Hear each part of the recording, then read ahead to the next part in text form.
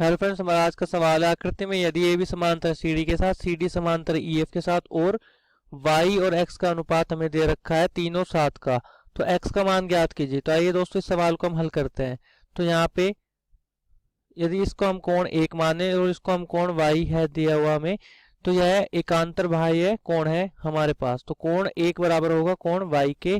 तो यहाँ पर यदि हम देखें कि कोण एक्स प्लस कोण एक बराबर होगा 180 डिग्री, क्योंकि यह हमारे पास रैखिक कोणों का युग्म है। तो यहाँ पे कोण एक की जगह हम कोण y रख सकते हैं। तो यहाँ पे हमारे पास आया कोण x प्लस कोण y बराबर 180 डिग्री। और हमें यहाँ पे कोण y और x में अनुपात 3 और 7 का दे रखा है। y और x में अनुपात है 3 और 7 का। तो यहाँ पे हम देखेंगे कि y बटे x बराबर 3 बटे 7, तो 7y बराबर 3x। तो यदि हम यहाँ पे इसको 3 से गुणा करें तो यहाँ पे हमारे पास क्या आया, यहाँ पे हमारे पास आया 3x प्लस 3y बराबर 180 डिग्री गुणा 3। अब 3x की जगह हम 7y रख सकते हैं। तो यहाँ पे हमें मिलेगा 7y प्लस 3y बराबर 180 गुणा 3। तो यह हो गया हमारे पास 10y बराबर 180 गुणा 3। तो y का मान हमारे पास यहाँ से आया 18 गुणा 3 मतलब 54 डिग्री। अब यहाँ पे हम यदि किसी भी एक इसमें समीकरण में y का मान रखें तो यहाँ से हमें क्या मिलेगा, 7 गुणा 54 बटे 3 बराबर x। तो यहाँ से x का मान हमें मिल जाएगा। तो यह हमारे पास कितना आया, यह आया हमारे पास 1 और 24 तो 8, 18 गुणा 7 बराबर x। तो 18 गुणा 7 कितना होता है हमारे पास, 18 गुणा 7 होएगा हमारे पास 126 डिग्री। तो यहाँ से x का मान आया हमारे पास 126 डिग्री, y का मान आया हमारे पास 54 डिग्री। तो दोस्तों इस प्रकार से हमने यह प्रश्न हल कर लिया। आशा करता हूँ कि आपको यह सवाल समझ में आ गया होगा। धन्यवाद।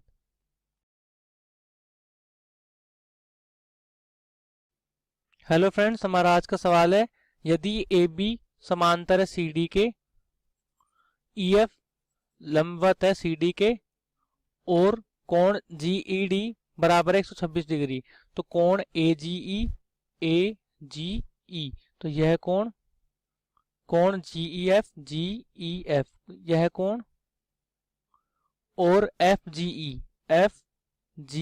ई, तो यह कोण हमें ज्ञात करना है। तो आइए दोस्तों इस सवाल को हम हल करेंगे अब। तो यहाँ पे है कोण 90 डिग्री का है और कोण हमें जी ई डी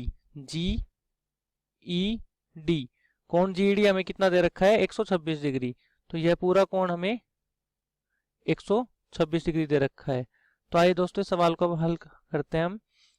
तो यहाँ पे हमें पता है कि कोण जी ई डी बराबर है कोण जी ई एफ प्लस कोण एफ ई डी के। लेकिन यहाँ पे कोण एफ ई डी 90 डिग्री का कोण है, हमें यहाँ पे दिया गया है प्रश्न में। तो यहाँ पे कोण जी ई डी कितना है, 126 डिग्री बराबर कोण जी ई एफ प्लस 90 डिग्री। तो यहाँ पे कोण जी ई एफ हमारे पास आ गया 36 डिग्री।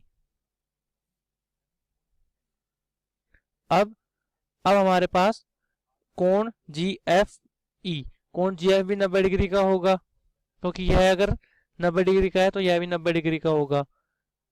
क्योंकि कोण बी एफ ई प्लस कोण एफ ई डी का समूह हमारे पास योग होता है 180 डिग्री। यह हमारे पास 90 डिग्री है, तो कोण बी एफ ई बराबर आएगा हमारे पास 90 डिग्री। तो इसी प्रकार से यह भी हमारा हो जाएगा 90 डिग्री। अब त्रिकोण जी ई एफ में कोण एफ जी ई प्लस कोण जी एफ ई प्लस कोण एफ ई जी बराबर हमारे पास है 180 डिग्री के। तो कोण एफ जी हमें निकालना है। तो एफ जी हमें निकालना है, यहाँ पे जी एफ ई हमें कितना दे रखा है, 90 डिग्री यहाँ पे निकाल लिया। तो इसको यदि हम x मान लें तो यह आएगा हमारे पास 90 डिग्री प्लस एफ ई जी हमारे पास कितना आया, एफ ई जी हमारे पास आया 36 डिग्री बराबर 180 डिग्री। तो यहाँ से x का मान हमारे पास आएगा 180 डिग्री माइनस 126 डिग्री। तो 180 डिग्री माइनस 126 डिग्री हमें कितना मिला? 54 डिग्री। तो x का मान हमारे पास आ गया 54 डिग्री। तो यह कोण हमारे पास कितने का हो गया? 54 डिग्री का हो गया। इसका भी हमें मान निकाल लिया था, इसका मान आया था हमारे पास 36 डिग्री। अब हमारे पास अंतिम प्रश्न है AGE का मान कितना होगा? तो AGE का मान हम रैखिक युग वाले दो कोणों से देखेंगे, तो उनका समूह कितना होता है? 180 डिग्री। तो यहाँ पे कोण AGE प्लस EGF बराबर है हमारे पास 180 डिग्री। और कोण AG हमें निकालना है और GEF हमें कितना, EGF हमें कितना दे रखा है? जो हमने निकाला था यह आया हमारे पास 54 डिग्री। तो 54 डिग्री बराबर 180 डिग्री प्लस यदि हम इसको y माने तो यह हमारे पास कितना आया? यह आ गया हमारे पास y बराबर 126 डिग्री। तो दोस्तों हमने इस प्रकार से इसका मान भी निकाल दिया, जो क्या है हमारे पास कोण AGE बराबर 126 डिग्री। तो दोस्तों इस प्रकार से हमने इस सवाल को हल कर लिया। आशा करता हूं कि आपका सवाल समझ में आ गया होगा। धन्यवाद।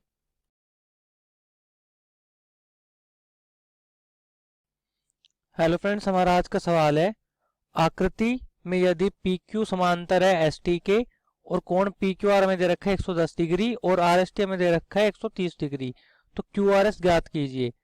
तो आइए दोस्तों इस सवाल को हम करते हैं। तो हमें यहाँ पे दिया हुआ है कि हमें बिंदु R से होकर ST के समांतर एक रेखा खींचनी है। तो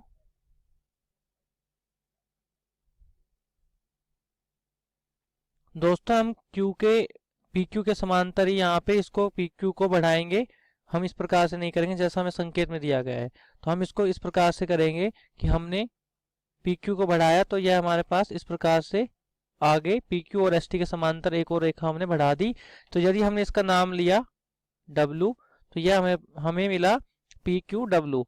और हमें यह कोण निकालना है, पहले x मान लेते हैं इसे, और हमें इस प्रश्न में पूछा गया QRS। तो QRS हमारे पास यह है कोण है जो कि हमें अंत में ज्ञात करना है, लेकिन इससे पहले हमें QRS निकालना होगा, इससे पहले हमें Q निकालना होगा और यह कोण हमें निकालना होगा जो QWR है। मतलब इसको हम यदि y मान लेते हैं तो आइए दोस्तों हम इसको हल करते हैं। तो यहाँ पे सबसे पहले हम लिखते हैं कि यदि कोई त्रिकोण है हमारे पास QWR, त्रिकोण QWR, तो इसमें कोण x प्लस कोण y प्लस कोण QRW या फिर QRS भी बोल सकते हैं हमें, ये किसके बराबर होगा? यह होगा हमारे पास 180 डिग्री के बराबर। और यहाँ पे इसको हम पहला समीकरण मान लेते हैं हमारा। अब यह देखते हैं कि कोण PQR प्लस कोण x बराबर होगा हमारे पास 180 डिग्री, क्योंकि यह दो कोणों का रैखिक युग्म है। तो यहाँ पर हमारे पास PQR का मान दे रखा है 110 डिग्री यहाँ पे। तो PQR का मान 110 डिग्री जब हम यहाँ रखेंगे तो कोण Q हमारे पास आएगा, कोण Q मतलब x, यह आएगा हमारे पास 180 डिग्री। मतलब कोण Q का मतलब हमारे पास है WQR या फिर इसको कोण बोल सकते हैं x। तो 110 डिग्री प्लस x बराबर हमारे पास कोण 180 डिग्री और x का मान हमारे पास यहाँ से आ गया 70 डिग्री। तो दोस्तों x का मान हमारे पास आ गया। अब हमें पता है यहाँ पे हम अगला प्रश्न करेंगे कि y का मान हमें यहाँ पे ज्ञात करना है। तो y का मान हम कैसे ज्ञात करेंगे? तो हमें पता है कि QWR जो कोण है मतलब y बराबर होगा कोण, यदि हम इसको माने, इस कोण को हम माने कोण P, तो कोण P के, और कोण P हमारा कितना होगा? कोण P होगा हमारे पास, यह कोण P होगा वही रैखिक कोणों के युग्म के द्वारा यदि हम इसको मानते हैं S, तो S जमा P का योग हमारे पास कितना आएगा? इसका योग हमारे पास आएगा 180 डिग्री। और कोण S किसके बराबर होगा? यह S1 मान लेते हैं इसको। तो कोण S1 किसके बराबर होगा? यह बराबर होगा 130 डिग्री के।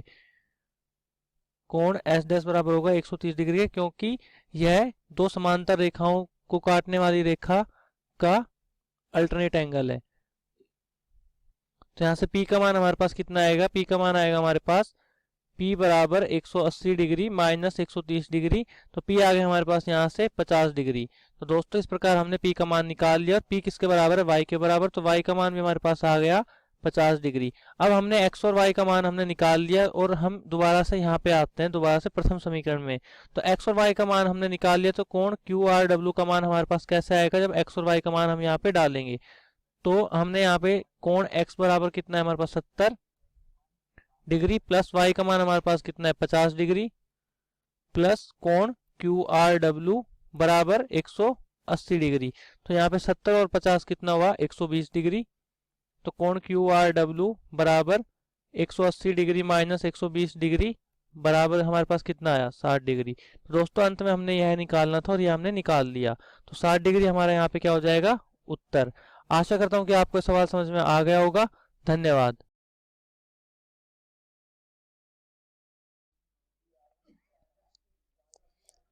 हेलो दोस्तों, जैसा कि आप यहाँ पर देख रहे हो कि आकृति में ए बी समांतर सी डी है और कोण ए पी क्यू बराबर 50 डिग्री है और ये भी बोला गया है कि पी आर डी बराबर 127 डिग्री है। तो हमें एक्स और वाई का मान ज्ञात करना है।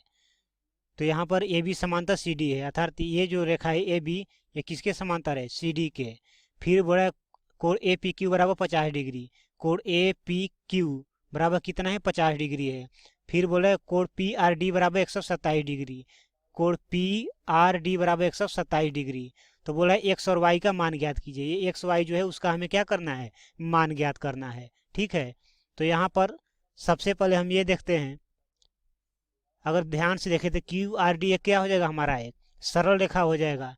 तो यहाँ पर लिखेंगे चूंकि क्यू आर डी क्या है, एक सरल रेखा है और हम जानते हैं कि सरल रेखा के एक ही ओर कुल 180 डिग्री का कोण बनता है। तो एक सरल रेखा के एक ओर कुल कितने डिग्री का कोण बनता है, 180 डिग्री का। तो इसको अगर हम मान लें जेड, तो हमारा क्या हो जाएगा, जेड प्लस 127 डिग्री बराबर क्या हो जाएगा 180 डिग्री। क्यों 180 डिग्री होगा, क्योंकि सरल रेखा के एक ओर कुल कितने डिग्री का कोण बनता है 180 डिग्री का। इसलिए जेड प्लस 127 डिग्री बराबर कितना हो जाएगा, ये 180 डिग्री हो जाएगा। ठीक है, तो यहाँ पर जेड बराबर क्या आ जाएगा हमारा, तो जेड बराबर आ जाएगा 180 डिग्री माइनस 127 डिग्री। तो ये हो जाएगा जेड बराबर, ये 10 में 7 जाएगा कितना बचेगा 3, और 7 में से 2 जाएगा कितना बचेगा 5, और 1 में से 1 0, अर्थात क्या आ गया हमारा 53 डिग्री आ गया। तो जेड का मान हमें 53 डिग्री आ गया। अब हम देखते हैं कि हमारा वाई का मान कितना। हाँ, एक चीज़ और है, क्वेश्चन में ही दे रखा है कि ए बी समांतर है सी डी के। चूंकि ए बी समांतर क्या दे रखा है, सी डी। तो जब ए बी समांतर सी डी हो गया और पी आर हमारा क्या हो जाएगा, एक तिर्यक प्रतिच्छेदी रेखा हो जाएगा, और पी आर क्या है, एक तिर्यक रेखा है, तिर्यक प्रतिच्छेदी रेखा है।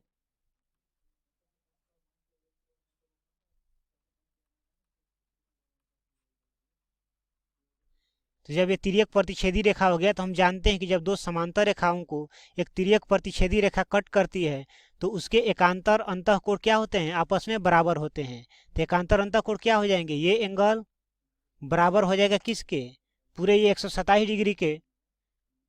तो क्या हो जाएगा हमारा 50 डिग्री प्लस वाई बराबर 127 डिग्री। कैसे, तो ये हो जाएगा एकांतर अंतःकोण से।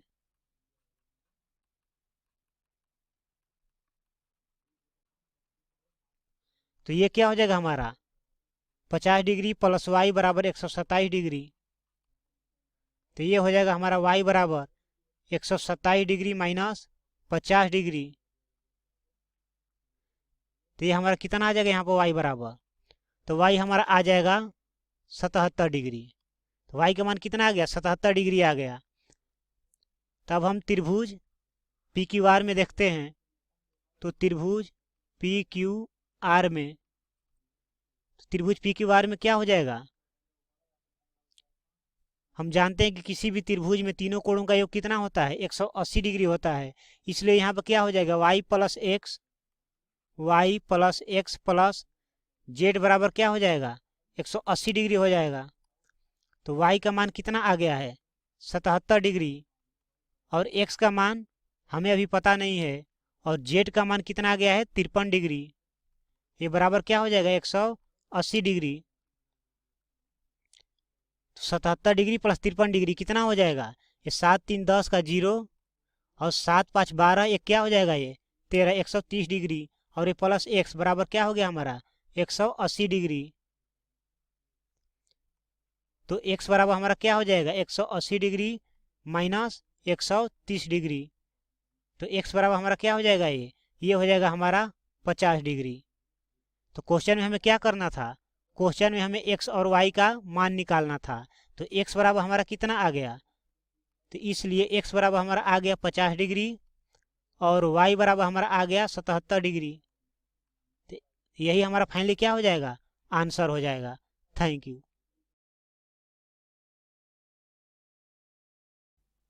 हेलो फ्रेंड्स, हमारा आज का सवाल है पी क्यू और आर एस दो दर्पण हैं जो एक दूसरे के समांतर रखे गए हैं। एक आपतन किरण इंसिडेंट रे और दर्पण पी क्यू से बी पर टकराती है और परिवर्तित किरण रिफ्लेक्टेड रे पथ बी सी पर चलकर दर्पण आर एस से सी पर टकराती है तथा पुनः सी डी के अनुदिश परिवर्तित हो जाती है। तो सिद्ध कीजिए कि ए बी समांतर है सी डी के। तो आइए दोस्तों इस सवाल को हम हल करते हैं। तो यहाँ पे हम ये एक रेखा खींचते हैं इस प्रकार से, और यहाँ पे खींचते हैं इस प्रकार से। तो अब हमारे पास यदि हम इसको माने, यह कोण 1 है, यह कोण 2 है, यह कोण 3 है और यह कोण 4 है, और हमें दिया गया है कि पी क्यू आर एस के समांतर है। तो पी क्यू समांतर है आर एस के, जो यहाँ पे लिखा हुआ है हमारे पास। तो यहाँ पे कोण 1 बराबर होगा कोण 2 के, और कोण 3 बराबर होगा कोण 4 के। क्यों? क्योंकि हमने भौतिक में पढ़ा था, भौतिक विज्ञान में, कि आपतन किरण और परिवर्तित किरण, आपतन और परिवर्तित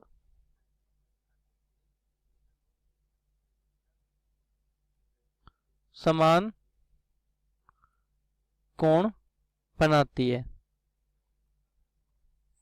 और यदि पी क्यू और आर एस समांतर है और ये 90 डिग्री का कोण आपस में बनाते हैं, तो यहाँ पे हमारे पास यह भी समांतर हो जाएंगे आपस में, यदि हम इसको बी ई और इसको बी एफ माने तो यदि इनको दोनों को हमने माना तो यहाँ से हमारे पास क्या मिलेगा, यहाँ से हमें मिलेगा कि कोण 2 बराबर होगा कोण 3 के, क्योंकि हमें पता है कि यदि दो समांतर रेखाओं को कोई एक रेखा काटती है तो उनसे बनने वाले दो विपरीत कोण बराबर होते हैं, जैसे यहाँ पे 2 और 3 है। तो दोस्तों यहाँ से हम लिख सकते हैं पहले समीकरण, दूसरे समीकरण और तीसरे समीकरण से कि कोण 1 बराबर है कोण 2 से, बराबर है कोण 3 से, बराबर है कोण 4 से। और हम इसको इस प्रकार से भी लिख सकते हैं कि कोण 1 प्लस कोण 2 बराबर है कोण 3 प्लस कोण 4 से। और कोण 1 प्लस 2 हमारे पास कितना है, कोण 1 प्लस 2 हमारे पास है कोण ए बी सी, और कोण 3 प्लस 4 हमारे पास है कोण बी सी डी, कोण बी सी डी। तो दोस्तों हमने यहाँ पे क्या सिद्ध कराया, अभी हमने यहाँ पे सिद्ध कराया कि यह कोण ए बी सी बराबर है बी सी डी के। तो दोस्तों हम यहाँ से बोल सकते हैं कि यह दोनों बराबर हो गए। अब दोस्तों हम यहाँ पे क्या करना है कि हम यहाँ पे जो सर्वसमता होती है उसके हिसाब से उसके विपरीत सोचना है कि यदि हमें दिया होता कि यह दोनों लाइनें समांतर है तो क्या होता कि यह दोनों कोण बराबर होते, लेकिन अब हमें यह दोनों कोण बराबर मिल गए। तो इसका मतलब क्या होगा उसके विपरीत, कि हमें दी गई रेखा ए बी समांतर है सी डी के, क्योंकि यह ऊपर कोण जो हमें दिए गए हैं यह हमने बराबर सिद्ध कर दिए। तो दोस्तों इस प्रकार से हम बोल सकते हैं कि जैसा यदि हम जब बोलते कि यह दोनों आपस में समांतर है तो यह बराबर होंगे, तो हमें अब उसके विपरीत दिया गया है कि यह दोनों कोण बराबर है, तो अब क्या होगा, अब यह होगा कि यह दोनों रेखाएं समांतर है। तो हमने उसके विपरीत इसको सिद्ध करके दिखा दिया। तो आशा करता हूँ दोस्तों कि आपको यह सवाल समझ में आ गया होगा। धन्यवाद।